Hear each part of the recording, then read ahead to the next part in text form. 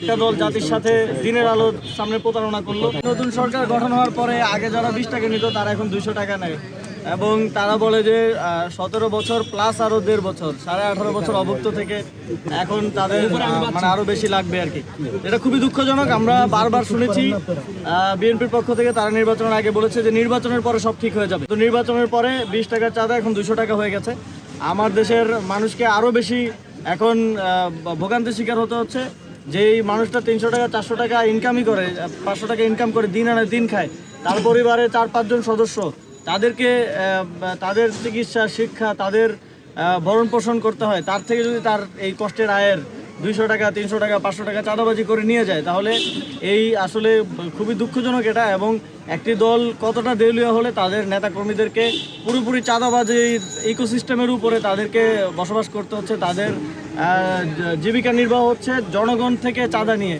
এটা খুবই দুঃখজনক। আমি বিএনপির প্রতি আহ্বান জানাবো যে তারা তাদের এই বেকার যে জনশক্তি আছে তাদের জন্য কোনো কর্মসংস্থানের ব্যবস্থা করুক, তাদের চাকরির ব্যবস্থা করুক, যাতে করে এই চাঁদাবাজিগুলো বন্ধ হয়, যাতে করে আমাদের দেশের জনগণ ভোগান্তির শিকার না হয় সামনের দিকে। এবং আমরা বলেছি আমরা নির্বাচিত হলে এগুলো চিরতরে বন্ধ হবে এবং আমরা নির্বাচিত না হলে আমরা এইসব বিষয়ে আমাদের রাজনৈতিক লড়াই চালিয়ে যাব। আমাদের সব জায়গায় নির্দেশনা দেওয়া আছে, যেখানেই চাঁদাবাজি হবে, যেখানেই জনগণকে ভোগান্তির শিকার করা হবে, সেখানেই আমরা জনগণের পক্ষে দাঁড়াবো।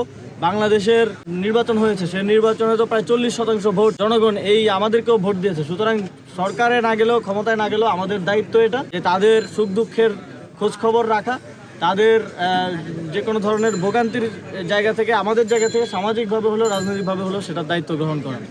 আসিফ ভাই, একটি গুঞ্জন শোনা যাচ্ছে যে দক্ষিণ সিটি কর্পোরেশনে আপনি প্রার্থী হচ্ছেন, কতটুকু সত্য?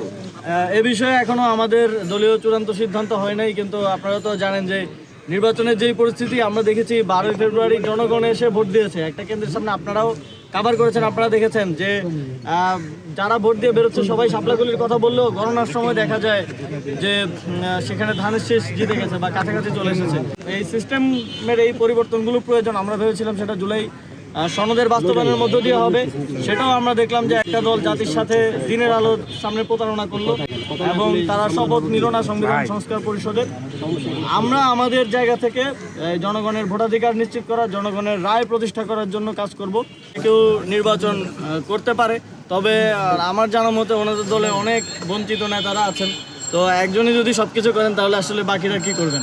আমরা রাজপথে তাদের অনেক নেতাদেরকেই যখন আমরা জুলাই গণঅভ্যুত্থান করেছি পেয়েছি। আমাদের একটা জনগণ হিসেবে আহ্বান থাকবে যে এই যারা বিগত সময়ে অবদান রেখেছেন, রাজপথে ছিলেন, গণঅভ্যুত্থানে অবদান রেখেছেন, গণতান্ত্রিক আন্দোলনে অবদান রেখেছেন, তাদেরকে সুযোগ দেওয়া।